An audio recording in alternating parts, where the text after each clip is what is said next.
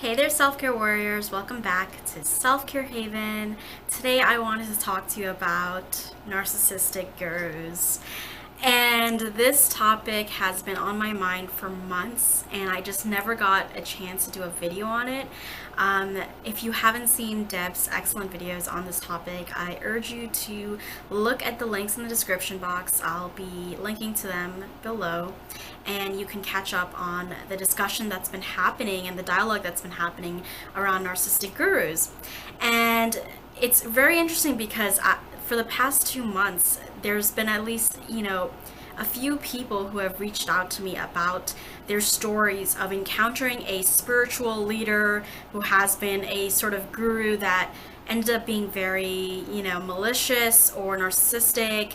And they were using their spirituality, or should I say, misusing their spirituality or their position of power and leadership, regardless of their spiritual ideals, to exploit, demean, and control and micromanage people, and basically to gain supply, just as a narcissist does in the real world, even if they did not have this sort of position of power or prestige.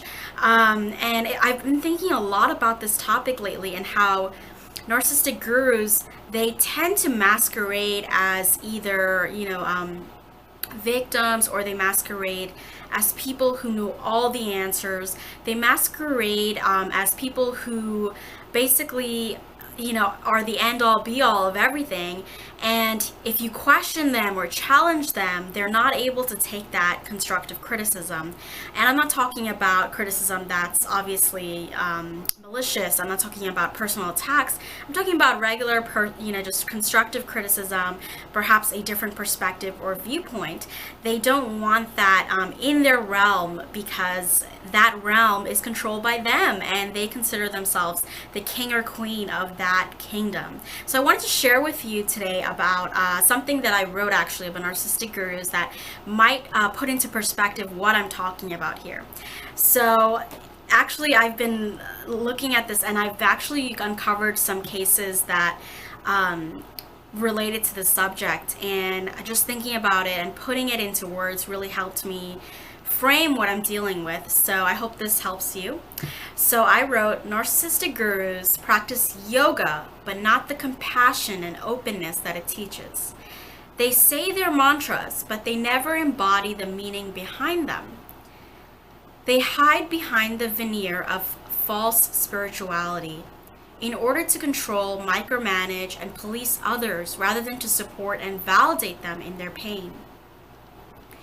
True leaders lead authentically, to create more leaders, not followers, not like the harem that a narcissistic guru often creates around them. They invite you to take the journey with them. True leaders invite you to take the journey with them, not for them. I think that last sentence is very telling, because when we think about it, narcissistic gurus are not out to help others. They're out for themselves. They're out to create a name for themselves. They're out to create prestige for themselves, and it's all about them. It's me, me, me, me, me. It's never about the people that they're supposed to serve. And by serve, I don't mean in a more, subservient way, but more as in give back to. If they are a community leader, they should not be using that position of power or prestige in order to control other people. They should be using it in order to provide a different, perhaps helpful perspective. And I don't want to name names, but I have encountered these types of leaders before, within the narcissistic abuse community, as survivor community, as well as outside of it. So when you think about, popular authors who market their work on this principle of spirituality, but they don't really show the same sort of compassion towards different viewpoints, you can pretty much think about how they're using that position maladaptively, because a true spiritual leader knows that they don't have all of the answers. They're willing to question themselves. They're willing to evolve. Whereas narcissistic people and full-fledged narcissists, on the other hand, don't want to evolve in any way or form. They don't want to improve themselves. They feel like they are at a point where they are completely perfect, or they're completely worthy of being looked up to instead of, joined with and co-created with. You can't co-create a journey of healing with someone who thinks that they're completely so above you. The only person that can really help you on your healing journey is yourself. A spiritual leader knows that they're there to guide you, but they're not necessarily there to completely heal you. They're not responsible to be the focus of your healing. They're not the focus of your healing. A true spiritual leader knows that your focus should be on yourself and your own inner guidance. And a true spiritual leader will lead you so authentically that they have no kind of agenda behind helping you out. They have no agenda in trying to guide you to your own truth. And if you don't agree with them on something, they won't try to force that truth onto you. They won't try to force their own belief systems onto you, because they know that everyone has their own unique journey of healing, and that everyone will come to terms with whatever truth they need to find and discover at the very end, without this need to force the truth onto them.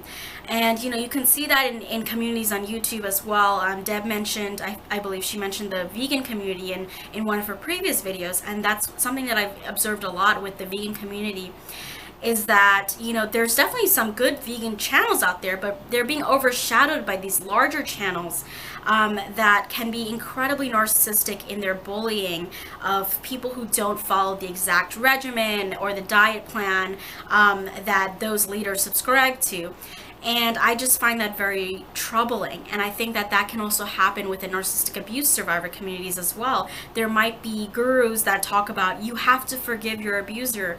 There might even be licensed professionals that are talking about forgiveness towards abusers. Now, if you're working with someone who's a spiritual leader and that's what they focus on, and you knew that from the very beginning, that's a little bit different than someone who is, talking about this issue and they're basically subscribing this mentality to everyone. They're saying you have to forgive or you're a bad person. They're saying you have to feel for compassion and empathy for your abuser, or that you have to, even in religious communities, when the church says you have to stay in the marriage because that is what God says, or that is what Christ said, or whatever religious figure they want to use as a sort of example to force you into not setting boundaries with your abuser or not leaving the relationship sooner.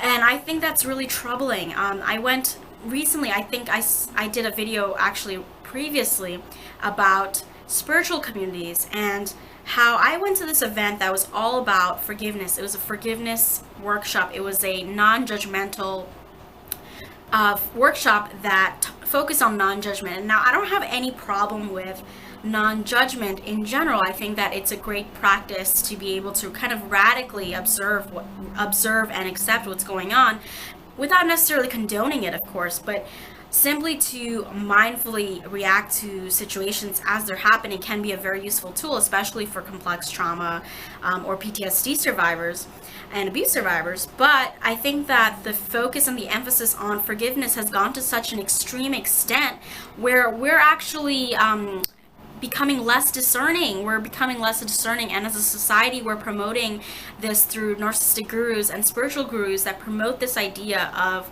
these overarching themes of forgiveness and non-judgment in the place of discernment. We need to be able to discern the red flags of abusive people. We need to be able to protect ourselves, and we need to be able to tell ourselves that we can be compassionate towards ourselves. We don't need to forgive an abuser. If you want to forgive, that is completely your choice, that's your decision, but nobody should be policing your choices in terms of how you react to abuse, how you react to your abuser in terms of forgiving them, showing them, over compassion, being overly compassionate to the point where you're not setting boundaries with them, or you're reconciling with them too quickly. And it's really important, as even just gurus in general, or people who are spiritual leaders in general, to keep in mind that policing someone's thoughts and belief systems, that's not anybody's job. Nobody should be policing what you think or believe. They can guide you to something. They can suggest a different perspective. But I think that a lot of us feel as if these other people who, talk about forgiveness to this extent are actually forcing it upon survivors. And I think in terms of narcissistic gurus, they may play the role of this enlightened human being, but as I talked about in the piece that I just read, they don't know how to embody the truth. They don't know how to embody the spirituality that they're talking so much about. They don't know how to use it in their own behavior, because if they were, they would be more open-minded towards different perspectives. They would be more open-minded about the fact that maybe not everyone is going to be able to practice their beliefs in a certain way. They would be more open-minded about lifestyles and choices and feelings and the effects of trauma. And open-mindedness is not the only problem when it comes to narcissistic gurus. There's also the fact that some of them may actually be corrupt. Some of them may, promise you a certain level of miracle healing without really delivering. They might do so on your expense. So they might offer really lavish, expensive workshops or, trips or whatnot in order to lure you and get you to spend, your savings on something that may not necessarily help you. And, it's very interesting to think about also the corrupt leaders who have been exposed. For example, I have done Bikram yoga before and I enjoy it, but then I also discovered that the leader of Bikram yoga, the creator and the founder of Bikram yoga, was accused of rape and sexual assault. I'll leave an article below on that case, but it's just very telling how there's been so many leaders who have been accused of corruption, have been accused of assault, or they've been accused of all of these corrupt dealings. And it's usually because their agenda to begin with was not pure. It was not to help others or to share their story or to enlighten people. It was to use this status of enlightenment in order to exploit someone's gullibility or naiveness. And I'm not saying that you didn't have a right to be ignorant or naive, because some people are duped without being ignorant with doing their research, but they're still duped because these people tend to be very charismatic. They tend to be incredibly skilled in manipulating, in exploiting, and they don't care who they hurt in the process. So it's really important to be able to discern that and to be able to distinguish between someone who is looking out for your welfare and guiding you to your own inner truth versus someone who is misusing their kind of omnipotent truth in order to lure you into something that is basically a power play. Just like a narcissistically abusive relationship, it's a person who's misusing their power, whether it be a therapist who's misusing their power, whether it be a spiritual leader who's misusing their power, whether it be a community leader that's misusing their power. They're using their power and platform to exploit and not to help and to serve and to give back. So I hope this video helps in framing how narcissistic gurus work. I will be leaving some links below to videos on the topic that other people in the community have done, as well as articles I've read, so that you can start to discern who is out here to really help versus someone who's out there to gain a lot more than they have to give. So if you have experiences with a narcissistic guru, I actually would love it if you could share below, because I think there is that kind of cult-like mentality that develops when a narcissistic leader uses their power and their platform for malice. And I'm sure a lot of you have probably encountered these people, whether it was a therapist, a spiritual leader, or maybe even a yoga teacher, just like the one I mentioned. It could be anyone who inhabits a position of power but uses that power in order to control others, in order to micromanage them, and to exploit them.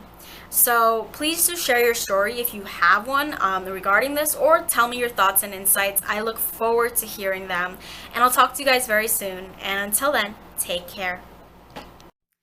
Hey there, self-care warriors. As I was editing the video, I realized that there was something that I had forgotten to mention, which is these types of gurus emphasize the fact that there must be something within the victim that attracts this type of situation, this type of horrible, horrifically abusive situation.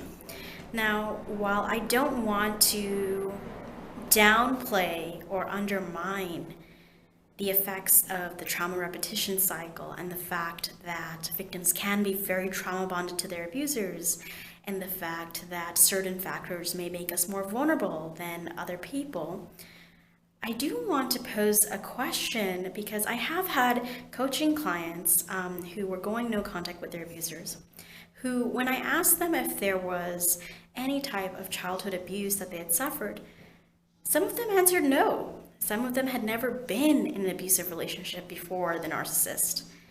They've had happy relationships. They've had positive relationships. A few of them were even at a high point in their lives when they met the narcissist. So how do spiritual gurus explain that?